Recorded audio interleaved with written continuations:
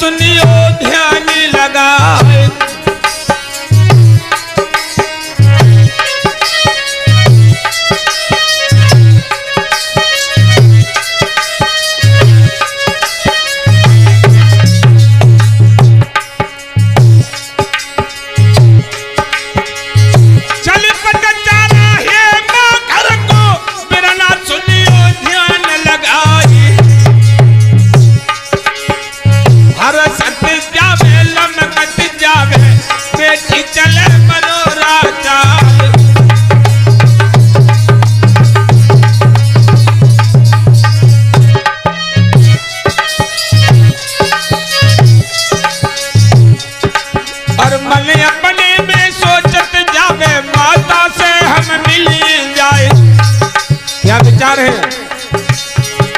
और मेरे संग की कितने सहेली सबसे जाएगी मिल जाए।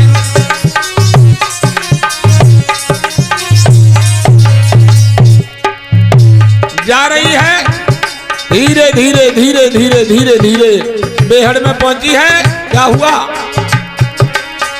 कछु दूरी अब कड़ी जा पाई प्रसव की पीर दवाई लवाई। ओहो बेहड़ में पटचारा साजन जो लड़के ये खड़े इधर से इनको बैठा लिया पीछे। कार्यकर्ता ध्यान दें जो 60 से खड़े इनको बैठा लिए पीछे जगह पड़ी है पीछे बैठा लिए।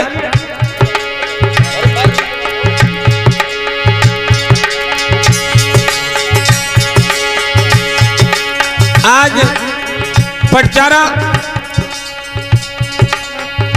साजन बहुत तेजी से दर्द हो रहा है साजन। कछु दूरी अब कड़ी जा पाई प्रसव की पीर दवाई लवाए। बैठ गई चीखे। समय देखिए समय एकदम सुधाकर ने पत्नी को साथ लिया। थोड़ी देर के बाद में भैया बेटा जाके जन्म आई।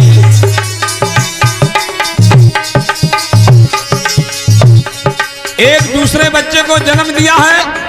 अब देखिए क्या होता है। अब तो लो बेटा ने जन्म कहानी सुनो यम आ रही है। भैया लो बेटा ने जन्म। जैसे ही दूसरे बच्चे का जन्म हुआ भाइयों बहनों बेहड़ था बेहड़। क्या हुआ? अरे आकाश में सुनियो भैया रे घटा तो छाई भारी।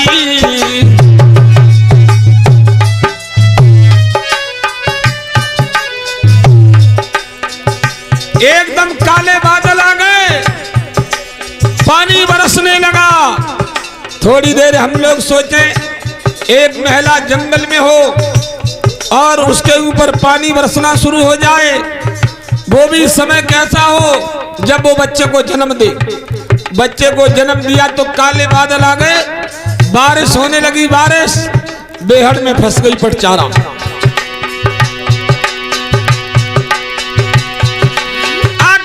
सुनियो भैया रे घटा तो छाई भारी।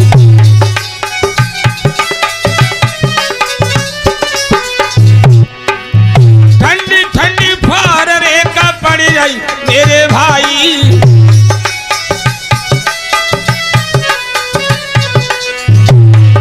महाराज जोर से पड़ गई ऐसी ठंड। ऐसी पड़ गई ठंड नारी की हुई आई दासी बंद। साजन मुझे बहुत तेजी से सर्दी लग रही है साजन कुछ इंतजाम करो। ए बहनों जन्म बच्चे को दिया तो बारिश होने लगी है। आज उसकी दांती बंधने लगी। बच्चे बैठ जाएं। बैठ जाओ बच्चों या तो पीछे जाके बैठो। महाराज जोर से पड़ गई ऐसी ठंड।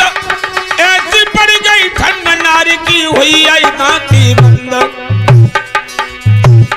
धारी बुद्धे लली चक्कर में पड़ी गई है भैया चीमर धारी बुद्धे।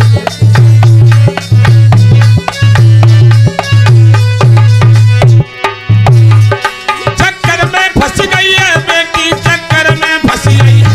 अब तो चीमर धारी बुद्धे का भैया। जैसे ही बच्चे का जन्म हुआ तेज काले बादल हवा चलने लगी। सुधाकर से बोली अब क्या करोगे, मेरी जान जाने वाली है। सुजाकर कहने लगा, जान बूझ निर्दय डिटाई ऐसो बूढ़े था न पाई, आप नहीं मानी, अब हम क्या करें बेहड़ में। एकदम उसके दिमाग में आया, जरा ध्यान से सुनना। सामने वृक्ष खड़े थे, सुधाकर ने सोचा बूंदें पड़ रही हल्की हल्की, तो हम जाके इन वृक्षों से लकड़ी तोड़ लें। एक दो लकड़ी जमीन में गाड़ देंगे और घास फूस उठा के लकड़ियों को बांध के ऊपर घास फूस डालेंगे। जब घास फूस डालेंगे तो पानी बच सकता है। चला सुधाकर लकड़ियों को तोड़ने, पत्नी को छोड़ दिया। इधर क्या हुआ, इसने जाके वृक्ष से लकड़ियों को तोड़ लिया। लकड़ियों को तोड़ने के बाद सोचता है, अब हम दो लकड़ी जमीन में गाड़ेंगे, घास फूस के द्वारा बांधेंगे और ऊपर घास डालेंगे तो पानी नहीं गिरेगा। ए बहनों, मेरी तरफ ध्यान दो, दांत नहीं फाड़ो, सुनो भी ध्यान से। जब ये लकड़ियों को लेके चला है, तेज तूफान आ गया। अब तो थोड़ी दूर का दिखाई नहीं दे रहा। कभी कभी आपने देखा दिन में भी अंधेरा हो जाता है, अगर तूफान तेज हो, बादल हो, बोलो हो जाता कि नहीं।